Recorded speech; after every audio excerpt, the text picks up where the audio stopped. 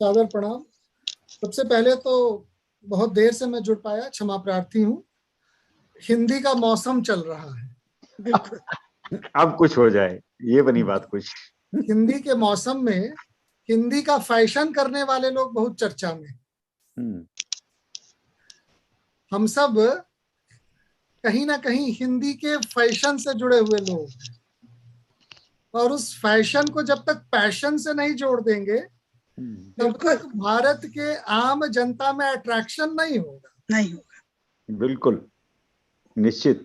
सारा संघर्ष यही है, फैशन, पैशन और अट्रैक्शन का।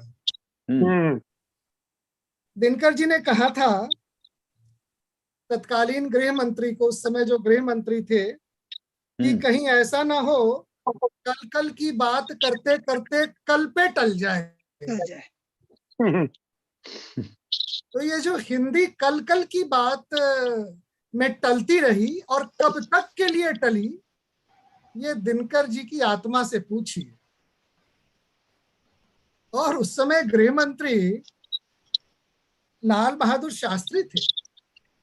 जब उन्होंने ये बात कही थी तो लाल बहादुर शास्त्री ने भी कहा था कि अंत तक तो नहीं लेकिन अनंत काल तक टल जाए। तो लाल बहादुर शास्त्री और दिनकर को मैं याद रखता हूं। जब भी विश्व हिंदी दिवस आ जाता है, हिंदी दिवस आ जाता है, 14 सितंबर, 10 जनवरी, ये ऐसे दिन हैं जब इन लोगों को याद करने का दिन है कि इनकी सोच उस समय बिल्कुल सही थी कि तत्कालीन प्रधानमंत्री, आजादी के पश्चात जिस व्यक्ति ने भाषा के संदर्भ को अपने संज्ञान में रखा, उसने 10 वर्ष, फिर 10 वर्ष, फिर 10 वर्ष, वो जो 10 वर्ष का अनंत काल है वो कब खत्म होगा ये कहना मुश्किल है।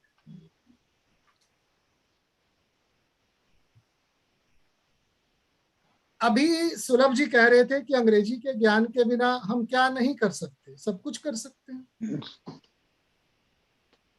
क्या जरूरी है हमको अंग्रेजी सीखना? बीयूटी बट और पीयूटी पुट क्यों सीखें? लेकिन सरकार की व्यवस्थाएं आम जनमानस के लिए व्यवस्था के साथ साथ विवशता भी होती है, और हम व्यवस्था में कितने जीते हैं ये तो चिंतन का विषय है, लेकिन हम विवशता में कितना जीते हैं ये हमारी सोच का विषय है। बिल्कुल। हम इस विवशता में ऐसे फंसे हैं कि उस विवशता के नाते अमृत काल 75 वर्ष गुजर जाने के बाद भी विवश ही दिखाई पड़ रहे हैं। जहां तक प्रश्न हिंदी भाषा के विस्तार, विचार, प्रतिष्ठा, परिष्कार का है तो इसमें कोई संकट नहीं है। हम सभी संकटों से ऊपर हैं, पूर्ण रूप से वैज्ञानिक हैं, शुद्ध हैं, संपदा है, शब्दावली है, बहुत तरह की जितनी चीजें हो सकती हैं एक भाषा के पास वो सब है। नहीं है कुछ हमारे पास तो वो है निष्ठा, और जब निष्ठा नहीं होती है तो प्रतिष्ठा नहीं होती है, और प्रतिष्ठा के लिए इच्छा होनी चाहिए, और इच्छा के लिए जो प्रतीक्षा का समय रखा गया है वो बहुत लंबा है। मित्रों, हम सब हिंदी के वो लोग हैं जो हिंदी को जीते हैं, हिंदी को खाते हैं, हिंदी को पीते हैं। आज गुप्ता जी कार्यक्रम कर रहे हैं, इस कार्यक्रम की सूचना पूरे विश्व के हिंदी पटल को है। उसके बाद भी एक भी युवा 35 साल से नीचे का जुड़ा तो नहीं? यूट्यूब पे जुड़े हैं। नहीं, यूट्यूब पे जुड़े हैं, मैंने वहां भी देख लिया, मैं जुड़ नहीं पा रहा था। कुछ लोग फेसबुक पे भी सुन रहे हैं, कुछ लोग यूट्यूब पे देख रहे हैं। लेकिन गुप्ता जी, वक्ताओं में जब तक 20 साल की लड़की 22 साल का लड़का नहीं होगा तब तक बदलाव नहीं आएगा। एमएल गुप्ता और आशीष कंदवे को सुनने वाले स्नेह ठाकुर हो सकते हैं, रवि कुमार हो सकते हैं, देवेंद्र सिंह हो सकते हैं, लेकिन आज का युवा वर्ग नहीं। हम लोगों को चिंतन विषय पे करना है कि आखिर रोजगार से हिंदी को जोड़ने की बात जो कहते हैं, इससे बड़ा छलावा नहीं है, क्योंकि भारतवर्ष का पूरा रोजगार हिंदी से चलता है। बिल्कुल। चाहे वो अडानी हो चाहे अंबानी हो, ये जो कहते हैं हम प्रयोजन मूलक हिंदी सिखा रहे हैं और रोजगार की भाषा हिंदी को बनाएंगे तो संस्कार की भाषा बन जाएगी, बेवकूफ बनाते हैं हमें। बिल्कुल। अरे पानी से लेकर के हवाई जहाज तक हिंदी में बिक रहा है। जब सारा व्यापार, सारा व्यवसाय, होटल से लेकर टूरिज्म तक, कल्चर से लेकर एग्रीकल्चर तक सब कुछ हिंदी में बिकता है, फिर इसको रोजगार की भाषा तुम कैसे बनाओगे भाई? बनी हुई है, ये बनी हुई है। इसको बोल करके युवा वर्ग की चेतना में, उनकी मन स्थिति को डमाडोल किया जाता है कि हिंदी व्यापार की भाषा नहीं है, जबकि हिंदी ही दुनिया भर में व्यापार की भाषा है। वरना ठंडा मतलब कोका कोला नहीं होता। अगर अंग्रेजी बोल के बिक रही होती तो वो बोलते हैं कोल्ड इज कोका कोला, तो कहते ठंडा मतलब कोका कोला। ठंडा मतलब कोका कोला, ठंडा मतलब कोका कोला।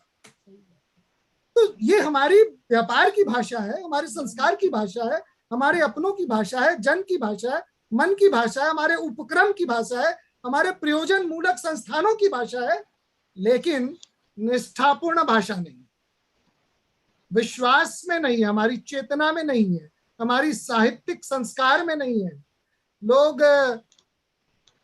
कहीं हम डिप्रेशन के शिकार हैं, अवसाद के शिकार हैं। देखिए, हम अवसाद के शिकार नहीं हैं देवेंद्र जी, हमें अवसाद में रखा गया। शिकार होना तो हमारी मानसिक स्थिति है, लेकिन अवसाद में आपको धकेलने के लिए जो लोग जिम्मेदार हैं उनसे हमें लड़ना है। बिल्कुल। यहाँ जितने डॉक्टर हैं हिंदी के, वो सब बाकी लोगों को अवसाद में डालते हैं।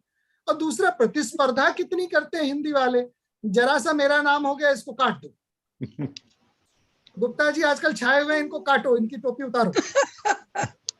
नहीं, ठाकुर की कविता गगनांचल में नहीं छपनी चाहिए। मुझे सेमिनार्स, मैं हिंदी की वजह से मेरे सेमिनार्स कट हो जाते हैं जी। तो समस्या ये है कि हिंदी वाले नेक कब होंगे और एक कब होंगे। लेकिन एक चीज है कि जो हिंदी के सेमिनार्स होते हैं वही लोगों की समझ में आते हैं। आज मैं एक ऐसे कार्यक्रम में गया जो विधि पे केंद्रित, यानी लॉ पे केंद्रित, और लॉ पे केंद्रित एक संगोष्ठी में सारे प्रपत्र हिंदी में पढ़े गए, और मुझे इसलिए बुलाया गया था कि एक यूजीसी केयर लिस्टेड पत्रिका मेरे पास है, तो क्या आप उसमें हमारी मदद करेंगे? तो मेरी पहली शर्त थी, विधि के जितने भी रिसर्च ओरिएंटेड पेपर्स लिखे जा रहे हैं, शोध परख आलेख लिखे जा रहे हैं, तो हिंदी में लिखे जाएं। सिर्फ एक विधि का आपको उदाहरण देता हूं। मैं बिहार से आता हूं, मेरा बिहार में जन्म हुआ। वैसे हम लोग मूल तो ब्रज के हैं, लेकिन बिहार में मेरा जन्म हुआ। वहां पे जो न्याय प्रणाली है, उसमें न्याय एक गरीब किसान को कैसे हिंदी में दिया जाता है, या तो उसकी भाषा, जजमेंट की भाषा, न्याय की भाषा अंग्रेजी होती है, या इतनी कठिन उर्दू होती है कि आज भी वो समझ नहीं पा रहा है। और जो वकील साहब होते हैं, वो ये कहते हैं कि जज साहब ने ये आदेश लिखा है कि अगले कोर्ट में इसकी सुनवाई होगी, जबकि वो मुकदमा हार चुका है। चूंकि उसको भाषा का ज्ञान नहीं है, इसलिए वो उसको पढ़ करके समझ नहीं पा रहा है कि आखिर उसके साथ न्याय हुआ, अन्याय हुआ, न्याय मिला या न्याय नहीं मिला। इस भाषा को जब तक अपनी मातृभाषा में कन्वर्ट, बदल कर देखा नहीं जाएगा, उसमें न्याय नहीं दिया जाएगा, तब तक वैचारिक रूप से सबसे पहले न्याय की भाषा हिंदी होनी चाहिए। समाज की समरसता, समाज की सुदृढ़ता, समाज का परिष्कार, समाज का परिमार्जन न्यायालयों से होता है। जब न्याय की भाषा हिंदी होगी तो बहुत सारे क्षेत्रों से अन्याय की भाषा अंग्रेजी अपने आप हट जाएगी, अपने आप खत्म। हमको अंग्रेजी हटानी नहीं है, हमको हिंदी बढ़ानी है। कहाँ कहाँ बढ़ानी है? उसमें पहला क्षेत्र न्याय, न्यायालयों में हिंदी बढ़े। दूसरा कॉरपोरेट, जिसको कॉरपोरेट हम कहते हैं, वो अपना सारा माल हिंदी पट्टी में बेचता है, हिंदी में बेचता है, लेकिन वो अपने मीटिंग्स, मिनट्स और अपने डेलीगेशंस ये अंग्रेजी में देता है। कमाल की बात ये है जो कि समझ में आती ही नहीं है आम आदमी को। तो ये जो आम आदमी को समझ में ना आने की समस्या है, उसमें मैं ये समझता हूँ कि भारत के माननीय गृह मंत्री भी इसी श्रेणी में है। एक समय में भी उनको समझ में नहीं आती होगी कि अंग्रेजी क्या है, अब गृह मंत्री है तो सीख गए, लेकिन उनको अब ये चाहिए कि इजराइल की तरह, चाइना की तरह अपनी भाषा नीति लेकर के आए और रातों रात इस देश में बहुत ज्यादा बवाल कोई नहीं करता है, 2-4-6 महीने का बवाल होगा, इससे ज्यादा कुछ नहीं होगा। रातों रात चीजों को बदलने की जरूरत है। जैसे इजराइल के स्वतंत्रता के पश्चात, आप लोग सब इस उदाहरण को जानते हैं, मैं आप लोग का समय नहीं खराब करना चाहता, 3 महीना समय कहा था उन्होंने कि 3 महीने में हम इजरायली यानी हिब्रू भाषा को पूरे इजराइल की भाषा बना देंगे। तो उसने कहा कि बहुत ज्यादा होता है 3 महीना। कल सुबह 3 घंटे में इसे लागू कीजिए और कल 10 बजे से इस देश की राष्ट्रभाषा हिब्रू होगी। आपको ऐसा कोई कठोर कदम उठाना पड़ेगा। जहां तक दक्षिण पश्चिम उत्तर में भाषा को लेकर के संघर्ष की स्थिति की बात की जाती है, ये संघर्ष जनता में नहीं है, नेताओं का है। जनमानस में कोई संघर्ष नहीं है। ये संघर्ष राजनीतिक पटल पे है, राजनीतिक वर्चस्व के लिए है और कुर्सी के लिए। भारत की जनता को यह समझना पड़ेगा कि जिन राजनीतिक दलों ने भाषा के आधार पर राजनीति करके 50 वर्ष तक मुख्यमंत्री, उप मुख्यमंत्री, गृह मंत्री बनने का आनंद लिया है, उनके आनंद का समय अब खत्म होता है। अमृत काल में गुप्ता जी अपनी संस्था के माध्यम से माननीय गृह मंत्री जी को पत्र लिखिए और उनको कहिए कि आप बड़े बड़े डिसीजन के लिए जाने जाते हैं, बड़े बड़े निर्णयों के लिए जाने जाते हैं। आपने गिलगिट पाकिस्तान पीओके को अपने में मिला देने जैसी बात संसद में कही और ताल ठोक के कही, तो फिर ये बोल देने में क्या हर्ज है कि आने वाले 10 वर्षों में भारत के स्वतंत्रता के 100 वर्ष पूर्व होने के पहले भारत की भाषा हिंदी होगी, भारत की राष्ट्रभाषा हिंदी होगी, भारत के जन जन की भाषा हिंदी होगी, भारत के सभी कार्यालय, निकायों और कॉरपोरेट वर्ल्ड की भाषा हिंदी होगी, न्यायालय की भाषा हिंदी होगी। जब तक ये संसद में शोर नहीं गूंजेगा, तब तक मैं और आप, सुभाष जी नींद में, स्नेह ठाकुर जी जग करके हिंदी के इस हवन में आहुति डालते रहेंगे, अग्नि प्रज्वलित करते रहेंगे। कोई रोता रहेगा, कोई मुस्कुराता रहेगा, हिंदी वाले पद प्रतिष्ठा सम्मान के लिए दौड़ते भागते रहेंगे और अंत में खाली हाथ घर लौट जाए। यही उनकी नियति थी, यही उनकी नियति रहेगी अगर हम नहीं चेते, नहीं सुधरे तो। और एक बात बता दूं बड़ी गंभीरता से कि अगली पीढ़ी कुछ नहीं करने वाली है। अगली पीढ़ी के लिए कल्चर एग्रीकल्चर के बराबर हो गया है। सही बात। उनको कुछ मतलब नहीं है कल्चर से अब। और भारत की जो फिल्म है, जिसको कहा जाता है कि हिंदी के श्री वृद्धि में फिल्मों ने बहुत बड़ा योगदान दिया, मैं कह रहा हूं जो योगदान उन्होंने दिया था उससे 10 गुना हिंदी का अवसान कर दिया उन्होंने, नुकसान किया है, बिल्कुल अवसान, नुकसान। और इसको इस तरह से मारा जा रहा है कि भारतीय संस्कृति के साथ भारतीय भाषाएं भी बॉलीवुड के चक्कर में खत्म हो जाए। उससे ज्यादा टीवी कर रहा है, मीडिया भी कर रहा है। जो भी है, जो भी दूर से देखने वाली चीज है। आशीष, इसमें थोड़ा और प्रकाश डालिए। कैसे? देखिए, मैं आपको बताता हूं। फिल्मों में आपने देखा होगा कि जब भी कोई सेट होगा तो मिस्टर बजाज होगा, मिस्टर अग्रवाल, मिस्टर गुप्ता होगा, और जो भी बलात्कारी होगा और मंदिर का पुजारी होगा, पंडित का लड़का होगा, चौधरी का बेटा होगा, जो भी कल्याणकारी योजना लेके आएगा वो फर्नांडिस होगा, और मोहल्ले का सबसे भला आदमी जो होगा वो इस्माइल चाचा होगा। हर फिल्म में यही हुआ है। आप भारत के 100, 200, 500 फिल्मों को निकाल करके देख लीजिए। रहमान चाचा समाज का सचेतक है, समाज को जोड़ने वाला है। फर्नांडिस अपने भीतर ममत्व के समस्त भाव को लेकर के चलता है, और चौधरी सबसे बड़ा स्मगलर, हड़ताल कराने वाला बजाज, और मंदिर का पुजारी डकैत लुटेरा। क्या तो कभी इसको भाषा से कैसे जोड़ते हैं, हिंदी से कैसे जोड़ते भाषा को इसको जोड़ने का मैं आपको बताता हूँ। जब जॉन जानी जनार्दन तररम टम टम टम ऐसा गाना आता है, तो इस तरह के गानों का जो प्रभाव होता है, अमर अकबर एंथोनी आता है और मैं तेरा हीरो हूं, ऐसे गाने आते हैं, या आजकल जो समाज में गाने आ रहे हैं जिसमें 3 शब्द अंग्रेजी के, 1 शब्द हिंदी का, 2 शब्द पंजाबी का होता है, तो इस तरह के जब गाने आते हैं तो सबसे पहले जो हमारी भाषाई संस्कार जो हमारे भीतर बची हुई होती है उसका ह्रास होना शुरू होता है। अब जो भाषाई संस्कार हमारा कैसे मर रहा है, आज एक मिडिल क्लास घर की महिला जो है, एक साधारण भारतीय परिवार की महिला, वो अपने बच्चे को नाश्ता कराते समय ये नहीं कह रही है कि बेटा नाश्ता तैयार है, आओ और नाश्ता कर लो। वो ये कह रही है हैंड वॉश करो, ब्रेकफास्ट रेडी है। ब्रेकफास्ट रेडी है। उसमें बड़ा गर्व महसूस करते हैं, उसमें वो बहुत गर्व महसूस कर रही है और वो सैनिटाइज जैसा शब्द सीख गई है, हैंड सैनिटाइज कर लो, वॉश भी नहीं बोल रही है, वॉश बोलने में भी उसकी बेइज्जती होगी। तो जब भाषा सैनिटाइज हो जाए, ऐसे में जो चीज सैनिटाइज हो रही है, जिसके कीटाणु हमारे हाथों में मर रहे हैं, वो भाषा है। जब वो हैंड वॉश करता है बच्चा, और ये कहां से आया है, इस तरह की जो मिली जुली भाषा का प्रभाव है वो सबसे पहले हिंदी सिनेमा ने हमें दिया है।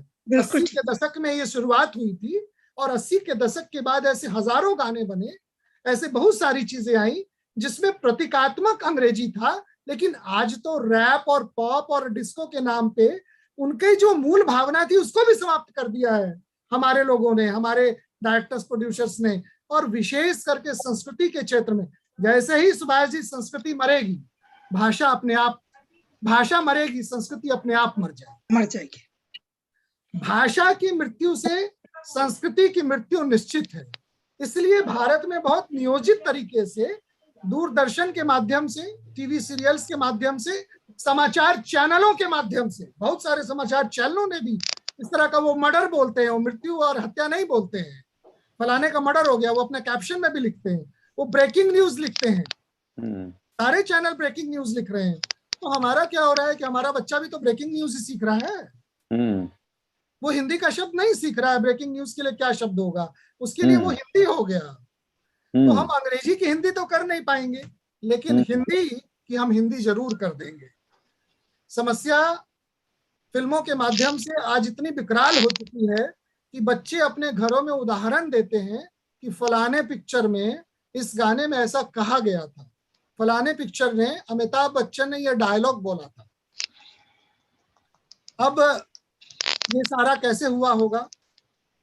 ये सारा खेल उस जमाने के तत्कालीन प्रधानमंत्री जी के शुभ आशीर्वाद के कारण ही संभव हुआ है, जिसमें एक वर्ग को, जिसे हम शासक कहते हैं, और एक वर्ग जिसे हम शोषक कहते हैं, शासक और शोषक वर्ग पूरे भारत पे अपना वर्चस्व बनाए रखे और भारत की आम जनमानस, आम जनता भाषाई चेतना के और सांस्कृतिक चेतना के उस शिखर पे न पहुंच सके जहां वो स्वयं को श्रेष्ठ महसूस करने लगे या उत्कर्ष पे जाने का रास्ता देखने लगे। मित्रों, मैं आपको बताऊं, मुगलों ने 400 साल में, 300 साल में इतना नुकसान हमारा नहीं किया था जितना 125 साल में अंग्रेजों ने कर दिया। कि बिल्कुल ठीक, बिल्कुल बिल्कुल। 125 साल में अंग्रेजों ने जो हमारी हत्या की है, मुगल अपने हिसाब से अपनी चीजों को स्थापित करने में लगे हुए थे। वो अपना वर्चस्व जरूर चाहते थे, अंग्रेज भी अपना वर्चस्व चाहते थे। आशीष जी, मैं एक इंटरवेंशन करना चाहूंगा, अगर आप अलाउ करें तो। बिल्कुल जी। देखिए, जो आप बता रहे थे ना ये बात कि सिस्टमैटिक तरीके से किया गया है, अब उसका एक लेवल और बढ़ गया है जी। जो सोशल मीडिया के थ्रू हमारे ऊपर इम्पोज किया जा रहा है। अब सोशल मीडिया ने साइकोलॉजी को और टेक्नोलॉजी को कंबाइन कर दिया है, ह्यूमन साइकोलॉजी को, और वो आप देखेंगे सिस्टमैटिक तरीके से अपने फीड्स में इंप्रूवमेंट लाते हैं आर्टिफिशियल इंटेलिजेंस के थ्रू, एंड वो फीड्स आपके लाइकिंग पर डिपेंड करता है। जो चीज आपको अच्छा लगता है वो वही चीज दिखाएंगे। जिस चीज को आप ज्यादा लाइक करते हैं या जिस चीज पे ज्यादा समय देते हैं, उसी के हिसाब से आपके पास पर्सनलाइज कंटेंट आ रहे होते हैं। बिल्कुल एंड ऐसे कंटेंट बहुत ही डेंजरस होते हैं अपने थॉट प्रोसेस को पैसिवली चेंज करने के लिए।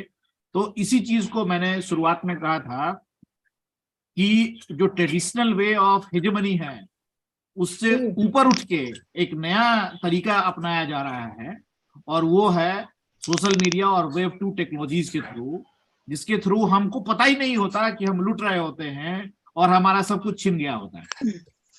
और इसको this is what is called अंग्रेजी में ब्लैक मैजिक, काला जादू है। आपको जब तक समझ में आता है तब तक आप लुट गए होते हैं। और ऐसे तरीके से भाषा के साथ तो जो हो रहा है हो ही रहा है।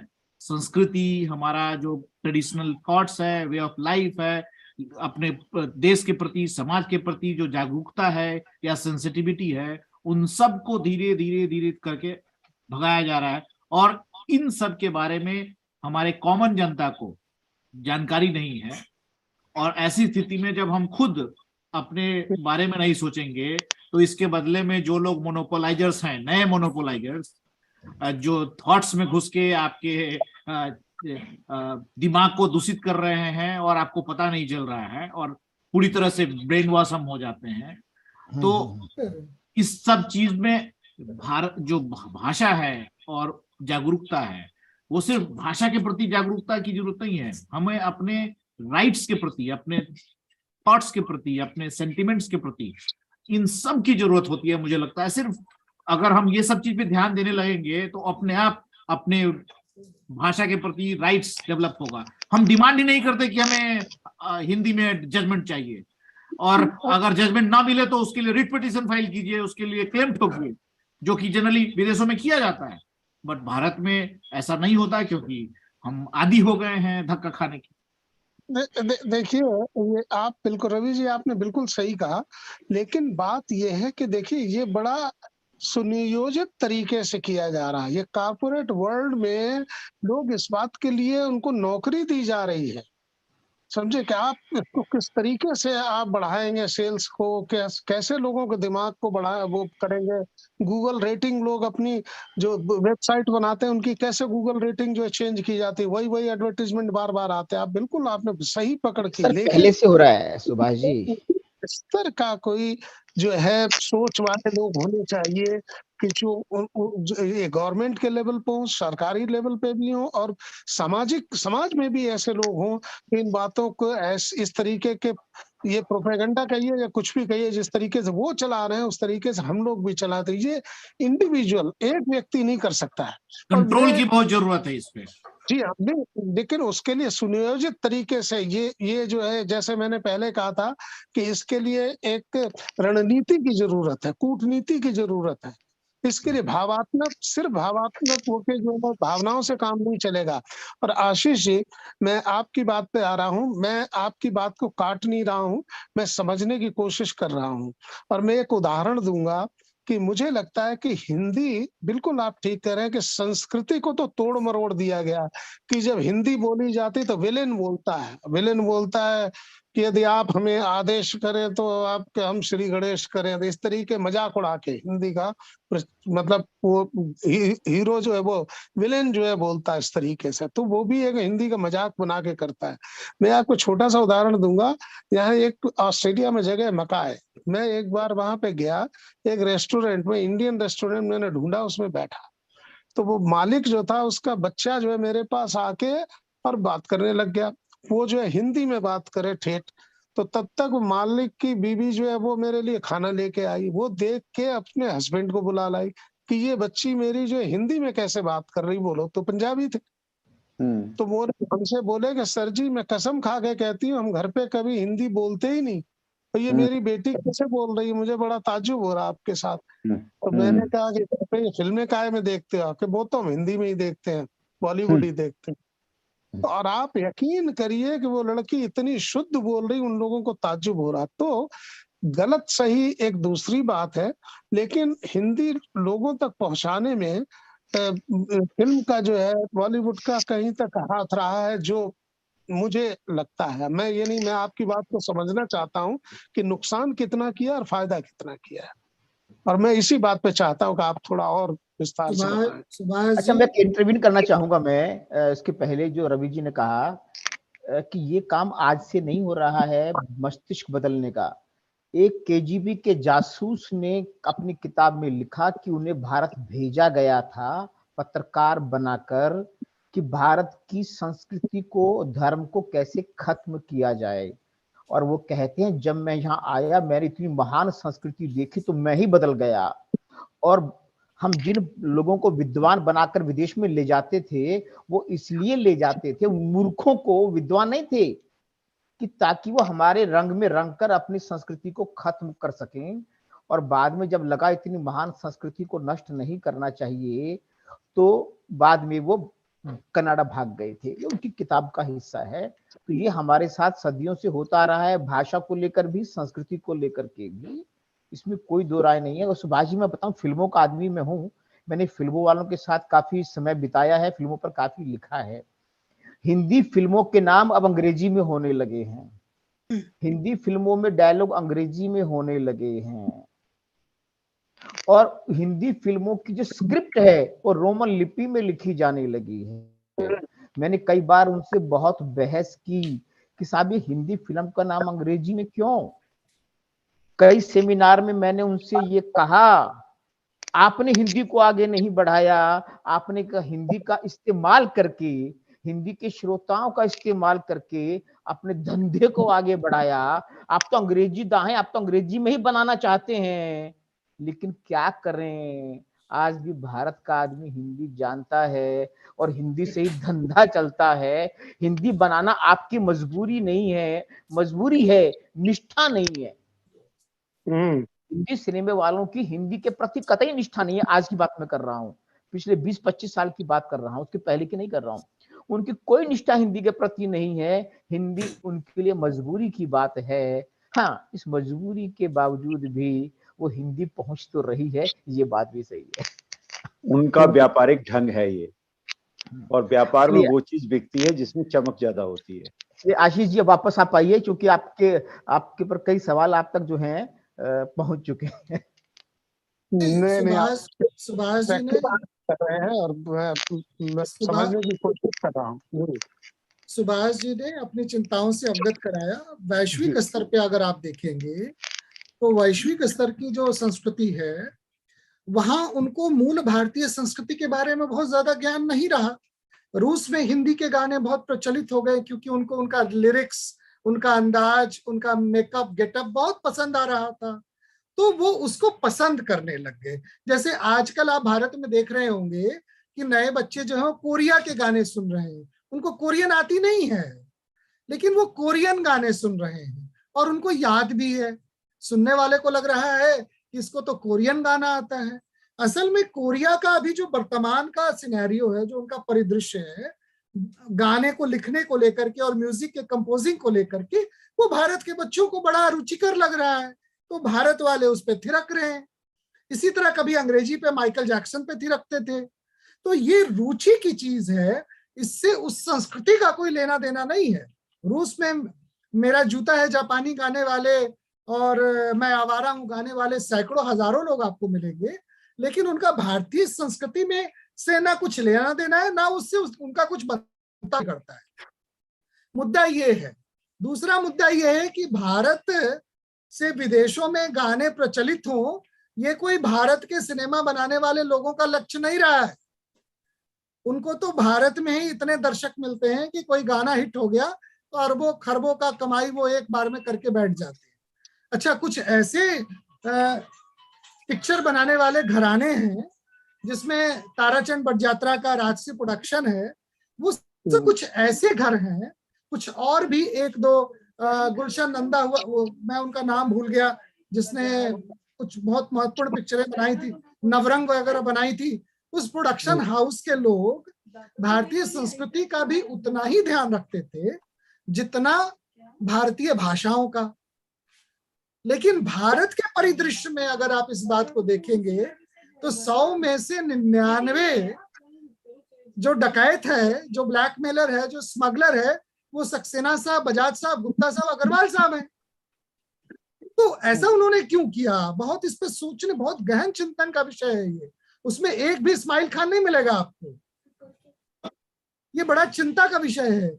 उसमें जितने भी क्रिश्चियन कम्युनिटी के लोग आएंगे वो बड़े सहृदय होंगे, बड़े समाज सुधारक होंगे, महिलाओं की रक्षा करने वाले होंगे, लेकिन गांव का चौधरी, उसका नाम भी रख देंगे सुल्तान सिंह, और सुल्तान सिंह का बेटा होगा वो बड़ा बदमाश होगा, हमेशा महिलाओं के प्रति उसकी निष्ठा नकारात्मक ही रहती होगी, अस्मत लूटने की सोचता होगा।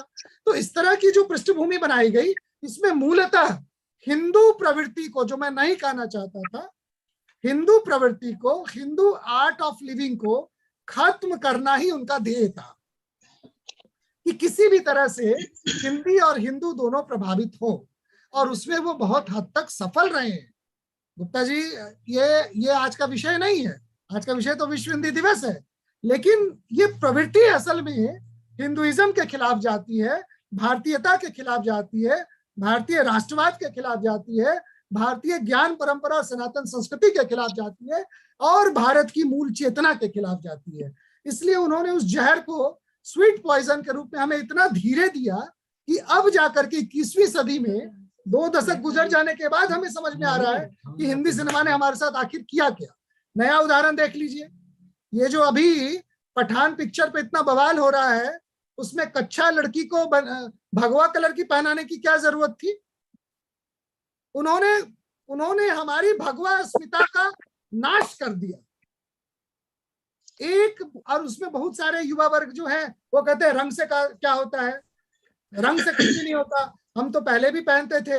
लेकिन जिस प्रकार से उसे दिखाया गया, जिस प्रकार के गाने के शब्दों का प्रयोग किया गया, वो हमारी आस्था को, हमारी अस्मिता को, भारतीयता को, भारत के उस ओजस्वी पक्ष को जिसे हम सनातन संस्कृति का रंग कहते हैं, भगवा का रंग कहते हैं, भारतीय संस्कृति का रंग कहते हैं, राम के कुल शिरोमणि के ध्वज का रंग कहते हैं, उसको नाश करना उनकी चेष्टा में थी, और उसमें वो कहीं ना कहीं तक सफल हुए। उसके लिए वो 300 करोड़ रुपया खर्च कर देते हैं। लेकिन इसी प्रवृत्ति को जो मैं रोकने की बात कह रहा हूं, जो भाई रवि कुमार जी ने भी कहा कि मेंटली हमें तैयार किया जा रहा है हमारी संस्कृति से अप संस्कृति में, उस संस्कृति से बहुत नीचे द्वयम दर्जी की संस्कृति में हमें उतारने की, और उसी में नई पीढ़ी को जीवन जीने की व्यवस्था बना लेने के लिए प्रेरित किया जा रहा है। नग्नता, इतनी नग्नता हमारे यहाँ नहीं थी। हम लोग पहले अगर किसी दूरदर्शन के किसी सीरियल में निरोध का, कंडोम का ऐड आ जाए तो हम लोग मुंह घुमा लेते थे, ये क्या बोल रहा है।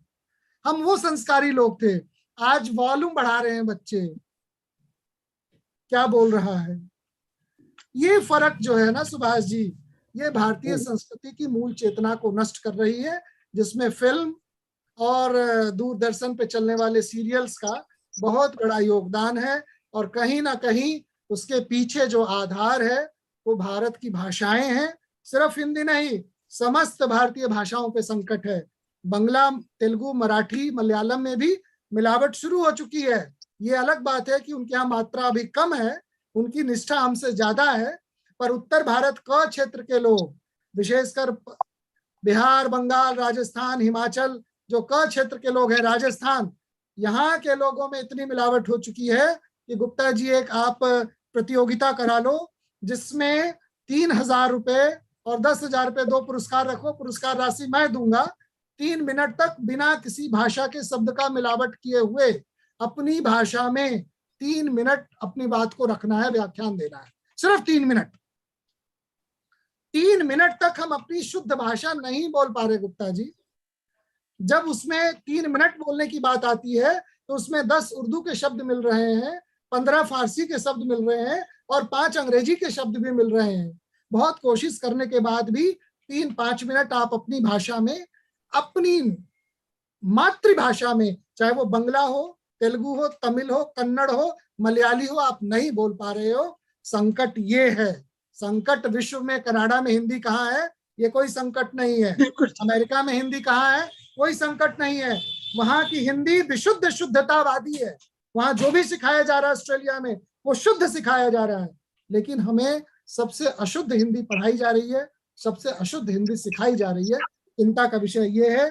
अनंत हरि कथा अनंता, इस पे तो आप मुझे छेड़ते रहो, मैं बोलता रहूंगा, पर मैं ये समझता हूं कि समय हो गया है और लगभग मैं 4 घंटे से बोल ही रहा हूं आज।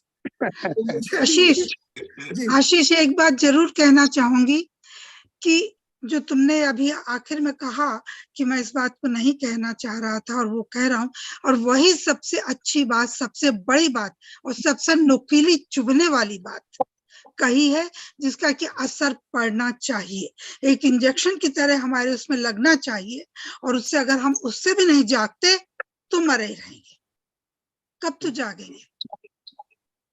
तो मैं तुम्हें धन्यवाद देना चाहूंगी, मैं तुम्हें कहना चाहूंगी कि तुमने एक जो नहीं कहना था वो कह दिया और अच्छे के लिए कहा, और इसी पर डटे रहो।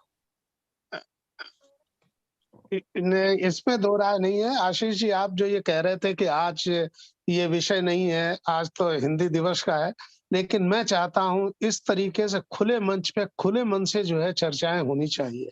यद्यपि मैं समझता हूं कि जो आपने कहा है उसमें अभी और विश्लेषण, उसको विश्लेषित किया जा सकता है, क्योंकि उसमें कई एक चीजें, जैसे मैंने जो है रशियन से बात की है, मैंने ग्रीक लोगों से बात की, जिनको मेरी उम्र के लोग जो हिंदी गाने अपने जमाने में खूब सुना करते थे। मैंने कहा कि आपको ऐसी कौन सी चीजें जो हिंदी फिल्में जो आपको सूट करती थी और आप लोग उनको अपनाते थे। जो हमारी उम्र के लोग हैं उन्होंने सबने ये बताया कि बड़ी भावुक फिल्में होती हैं और पारिवारिक समस्याओं को लेके होती थी।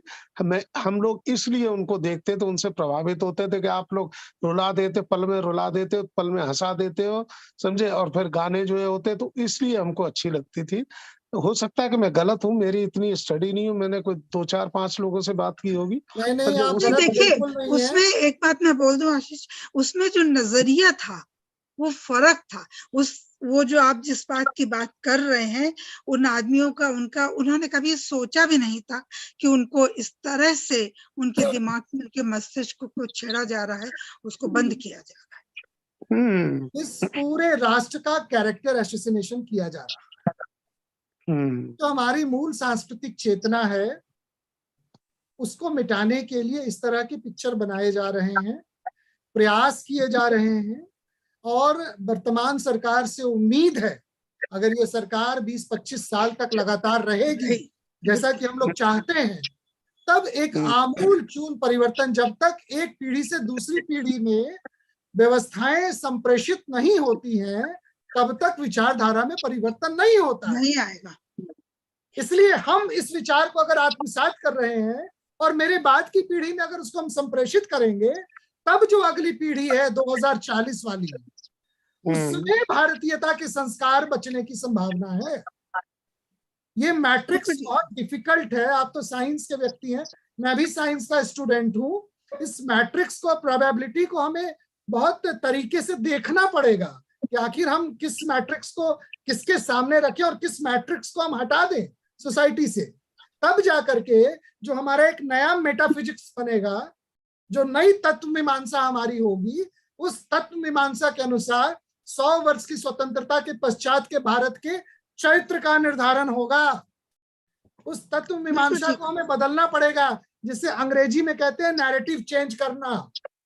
और नैरेटिव चेंज करना का मतलब होता है कि आपकी तात्विक प्रवृत्ति को बदल दी जाए, आपके मेटाबॉलिज्म को बदल दिया जाए, आपके मानसिक रूप से पचाने की शक्ति को बदल दिया जाए।